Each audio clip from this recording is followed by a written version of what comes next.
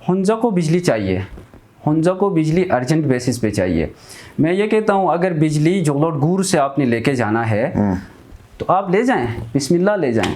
लेकिन मसले का हल ये नहीं है कि आप जोगलोट गूर से बिजली लेके जाएं हुंजा और वहाँ पे लोड शेडिंग कम हो। मिनिस्टर साहब ने कहा कि जब सरप्लस होगी, PC1 भी मैंने पढ़ा इसका, PC1 जब सरप्लस होगी तो हम बिजली लेके जाएंगे। फिर मैंने मालूम किया कि ये बिजली सरप्लस कब होती है, तो कहते हैं कि जुलाई और अगस्त में। अच्छा, मैंने कहा जुलाई और अगस्त में सरप्लस होती है, 4 मेगावाट का पावर हाउस है, 1 मेगावाट ज़्यादा से ज़्यादा सरप्लस होगी, वो आप हुंजा लेके जाएंगे।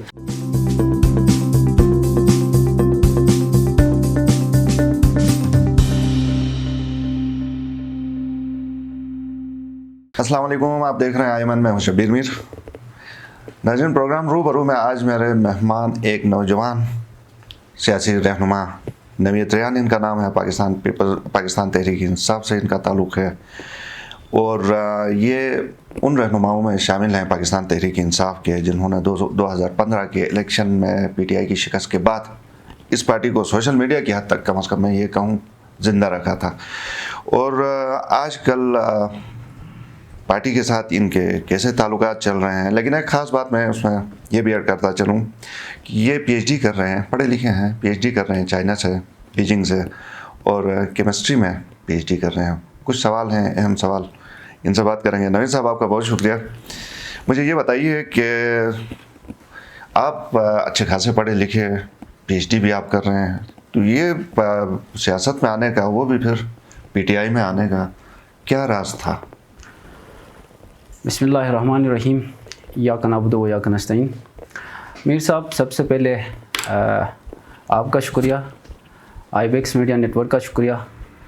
आप लोगों ने हमें इतना अच्छा प्लेटफॉर्म दिया कि हम अपनी राय दे सकें यहाँ पे। मीर साहब, जहाँ तक आपके सवाल का ताल्लुक़ है कि मैं PTI में क्यों आया हूँ या सियासत में क्यों आया हूँ, मीर साहब, हमारे इलाके में कहें या पाकिस्तान में कहें, सियासत एक गाली समझी जाती है। मैं एक हार्श वर्ड यूज़ कर रहा हूँ क्योंकि हमारे लोग समझते हैं कि सियासत वर्ड से ही लोग भाग जाते हैं क्योंकि सियासतदान फ्रॉड होते हैं। अब हमने यूथ को मोटिवेट करना है कि सियासत ही हमारा कैरियर है। सियासी बैकग्राउंड का होना लाजमी है, हर एक बंदे का सियासी शऊर होना लाजमी है, क्योंकि अगर किसी बंदे के पास सियासी शऊर नहीं है, वो एक डेमोक्रेटिक मुल्क में रह रहा है, तो मैं कहता हूँ कि ये जाती है। हर एक बंदे को, जो भी आपका पॉलिटिकल विजन नहीं रखता है इस इलाके में या पाकिस्तान लेवल पे, तो वो जाती है।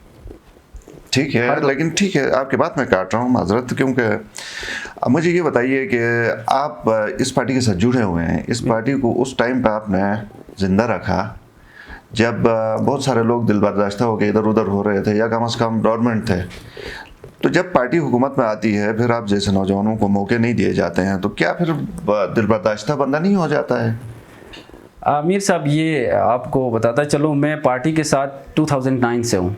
अच्छा। 2009 से मैं हम जब बड़े हो रहे थे, 5th 6th 7th क्लास में थे, तो मुल्क में जो है ना एक डिक्टेटरशिप थी, मुशर्रफ का दौर था। उस वक़्त हमें समझ बूझ नहीं थी कि ये जमहूरियत क्या है और डिक्टेटरशिप क्या है। फिर हम स्टडीज़ के लिए डाउन साइड पे गए, कराची गए, मैं कराची गया स्टडीज़ के लिए।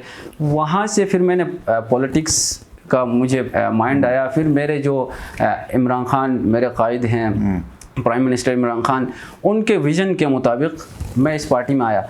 अच्छा, आपका जो सवाल था कि इस पार्टी के अंदर जब हुकूमत में आई उसके बाद बहुत से कारकुन नाराज़ हुए। मीर साहब, देखें, इसमें नाराज़गी वाली कोई बात नहीं है, क्योंकि हमारे जो गिलगित बल्तिस्तान के कप्तान है जनाब खालिद खुर्शीद साहब, वो बहुत अच्छी तरह गवर्नमेंट को चला रहे हैं। गवर्नमेंट को बिल्कुल अच्छी तरह चला रहे हैं। जब वो आपके कायद नहीं थे, कप्तान नहीं थे, उस वक्त तो आपके साथ काफ़ी क्लोज थे। आप भी आपको जान पहचान रखते हैं? क्यों नहीं, हमारे खालिद भाई जो हमारे CM हैं, मैं भाई कहता हूँ उनको अभी भी। जो हमारे चीफ मिनिस्टर गिलगित बल्तिस्तान है, मैं बल्कि ये कहता हूँ कि चीफ मिनिस्टर गिलगित बल्तिस्तान हमारे रहीमाबाद से ही है, जो मेरा गांव है, जी, मैं ये समझता हूँ वो रहीमाबाद से ही हैं, तो इतने क्लोज हैं। हाँ इतने क्लोज भी हैं, और पार्टी के लिए जो पार्टी के लिए और गिलगित बल्तिस्तान के लिए वो काम करें, वो पूरे गिलगित बल्तिस्तान के चीफ मिनिस्टर हैं, और मैं ये कहता हूँ कि वो मेरे गाँव से ही हैं। ठीक है।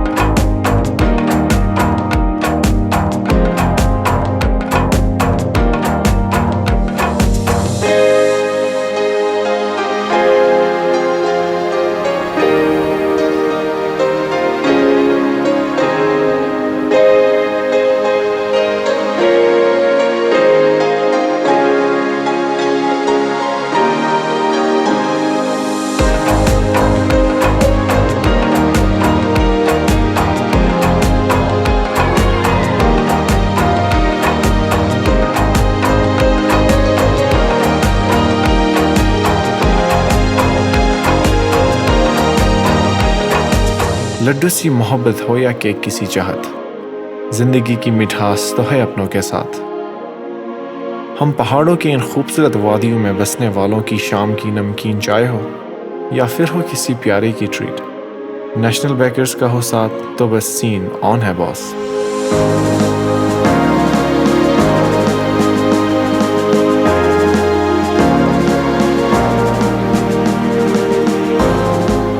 आन से और शान से पाकिस्तान के गिलगित बल्तिस्तान से, आपकी रिवायात और आपके जज्बात में आपके साथ, आपके अपने नेशनल बेकर्स। ठीक है। अच्छा, आपके चूँकि आपका ताल्लुक हल्का 3 से है, तो सुहेल अब्बास की कारकर्दगी से आप खुश हैं? कोई मशवरा देते हैं, वो आपसे लेते हैं, क्या चल रहा है? देखिए मीर साहब, हल्का 3 हमेशा से बहुत ज़्यादा पसमानदा रहा है।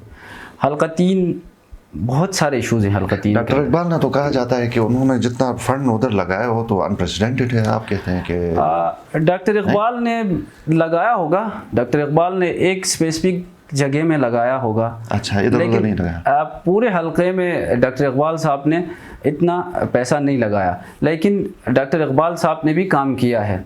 एक पॉलिटिकल बंदा मैं हूँ, उनको क्रेडिट देता हूँ। लेकिन सुहेल अब्बास साहब अभी यंग है, नए हैं। मुझे उम्मीद है कि सुहेल अब्बास साहब काम करेंगे हल्के के लिए, अपने हल्के के लिए इंशाल्लाह। वो भी इतने एक्सेसिबल हैं जितने आप बता रहे हैं कि चीफ मिनिस्टर हैं? बिल्कुल, सुहेल अब्बास साहब हमारे नुमाइंदे हैं। जब भी हम उनके पास गए हैं उन्होंने मायूस नहीं किया है, और मैं इंशाल्लाह मुस्तकबिल में भी उनके साथ चलेंगे उनके साथ। अभी हमने हालिया दिनों आपको सोशल मीडिया पे एक प्रोटेस्ट में बाकायदा लीड करते हुए देखा, जिसमें आपने बिजली के हवाले से प्रोटेस्ट था बुनियादी तौर पे, और गुरु में था जहाँ पे आपने हुंजा को बिजली देने के खिलाफ आप तकरीर कर रहे थे। क्या वजह थी, क्यों आपको परेशानी है अगर हुंजा को बिजली जाती है तो? मीर साहब देखें, इसमें पार्टी से हट के इसमें इस सवाल में पार्टी का कोई रोल नहीं है, मेरे पार्टी का। मैं एक सोशल एक्टिविस्ट इसका जवाब देता हूँ, पार्टी से कोई ताल्लुक़ नहीं है। मीर साहब, ये हुंजा के लिए जो बिजली है इसके ख़िलाफ़ मैं नहीं हूँ। हुंजा को बिजली चाहिए, हुंजा को बिजली अर्जेंट बेसिस पे चाहिए। मैं ये कहता हूँ, अगर बिजली जोगलोट गुर से आपने लेके जाना है तो आप ले जाएं, बिस्मिल्लाह ले जाएं। लेकिन मसले का हल ये नहीं है कि आप जोगलोट गुर से बिजली लेके जाएं हुंजा और वहाँ पे लोड शेडिंग कम हो या वहाँ पे लोड शेडिंग ख़त्म हो। बल्कि मैं ये समझाने की कोशिश करता हूँ, उस एहतिजाज में भी मैंने ये कहा है कि यहाँ पे बिजली ऑलरेडी नहीं है, तो आप इतना बड़ा प्रोजेक्ट 40-50 करोड़ का प्रोजेक्ट आप लगा रहे हैं हुंजा की एडीपी से, हुंजा के फंड से लगा रहे हैं, तो खुदारा आप इस एडीपी को, इस फंड को आप हुंजा लेके जाएं। हुंजा में कोई आप प्रोजेक्ट लगाएं, आप वहाँ पे थर्मल लगाएं, वहाँ पे हाइड्रो लगाएं, वहाँ पे आप शिशकट में विंड लगा सकते हैं, आप लगाएं हुंजा में। आप क्यों यहाँ पे जोगलोट गुर से 4 मेगावाट का एक छोटा सा पावर हाउस है, आप वहाँ से बिजली लेके जा रहे हैं? मैं तो ये कहता हूँ कि भाई 4 मेगावाट से आपको कितनी मिलेगी बिजली? मैं कल मिनिस्टर कर्नल साहब से मिला हूँ कल, और सुहेल अब्बास साहब से भी मिला हूँ। मैंने उनसे पता किया कि जब ये बिजली आप कब लेके जाएंगे, क्योंकि हमारे लिए कम है। तो मिनिस्टर साहब ने कहा कि जब सरप्लस होगी, PC1 भी मैंने पढ़ा इसका, PC1 जब सरप्लस होगी तो हम बिजली लेके जाएंगे। फिर मैंने मालूम किया कि ये बिजली सरप्लस कब होती है, तो कहते हैं कि जुलाई और अगस्त में। अच्छा, मैंने कहा जुलाई और अगस्त में सरप्लस होती है, 4 मेगावाट का पावर हाउस है, 1 मेगावाट ज़्यादा से ज़्यादा सरप्लस होगी, वो आप हुंजा लेके जाएंगे। तो हुंजा को बाकी 10 महीने कहाँ रख रहे हैं? मैं इसलिए ये कह रहा हूँ, हुंजा वालों से भी बाशऊर लोग हैं हमारे। मैं खुद माइग्रेटेड हूँ हुंजा से, हुंजा मेरा दूसरा घर है। अगर यहाँ से बिजली लेके जाते हैं आप लोग, वहाँ पे बिजली आती है, तो मैं भी हुंजा शिफ्ट होता हूँ, मैं भी हुंजा बैठता हूँ। ठीक है, एक मिनट, इसमें एक चीज़ मैं और ऐड करता हूँ कि आप खुदारा ये जो 10 महीने का गैप है, आप 2 महीने हुंजा बिजली लेके जा रहे हैं, बाकी 10 महीने तो आप लेके नहीं जा रहे। इसलिए आप अपनी ADP को, अपने फंड को, ये जो 40-50 करोड़ का फंड है, ये हुंजा में ही लगाएं। सही। तो कर्नल उबैद हुंजा की नुमाइंदगी कर रहे हैं, तो आप उनको ये मशवरा तो दे रहे होंगे, आपकी अपनी हुकूमत है, क्या कहते हो? बिल्कुल, मैंने पहले भी कहा कि इस सवाल का जवाब मैंने एज अ पार्टी वर्कर मैंने नहीं दिया है। सही है।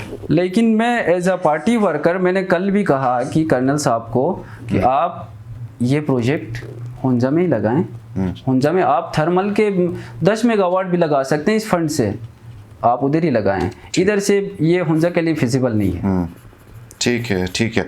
मैं इससे पहले कि प्रोग्राम वाइंड अप करूँ, मैं ये चाहता हूँ आप अपने हवाले से थोड़ा सा हमें पॉलिटिकल, आपका करियर, चूँकि आप PhD भी कर रहे हैं, जब आपकी PhD कंप्लीट हो जाएगी तो क्या आप पॉलिटिक्स छोड़ के कोई जॉब करेंगे, और अल्लाह खैर सल्लाह कि नहीं आप जाके एक्टिव पॉलिटिक्स करेंगे? मीर साहब, मैंने इंट्रो में भी कहा था कि बंदे को इस मुल्क में, चाहे आपने पॉलिटिक्स करना या नहीं करना है, पॉलिटिकल अंडरस्टैंडिंग होनी चाहिए बंदे को। जब मैं यूनिवर्सिटी में पढ़ रहा था तो मेरे साथ जो क्लास फेलोज थे, जो अक्सर जो फीमेल्स थी, वो पॉलिटिक्स के नाम से डरती थी। मुझे कहते हैं कि जब मैं टेबल पे उनके साथ बैठता था तो ये पॉलिटिकल बंदा ये झूठ बोलता है, इसके साथ ना रहा करो। ठीक है। तो इस तरह की बातें होती थी। तो इंशाल्लाह मैं इन फ्यूचर पॉलिटिक्स में हूँ। मैं रिसेंटली जो 2020 इलेक्शंस हुए हैं उसमें मैं उम्मीदवार भी था, फिर मैंने बाद में विड्रॉ करवाया था। किसके कहने पर विड्रॉ करवाया था? पार्टी के कहने पे। ठीक है, ठीक है। तो परसू करेंगे ये जो पॉलिटिकल आपका करियर है इसको? हाँ, इंशाल्लाह इंशाल्लाह। बहुत शुक्रिया नाविद रयान, आप हमारा प्रोग्राम है नाज़रीन, प्रोग्राम आपने देखा, फीडबैक ज़रूर दीजिए। बहुत बहुत शुक्रिया। अल्लाह हाफ़िज़।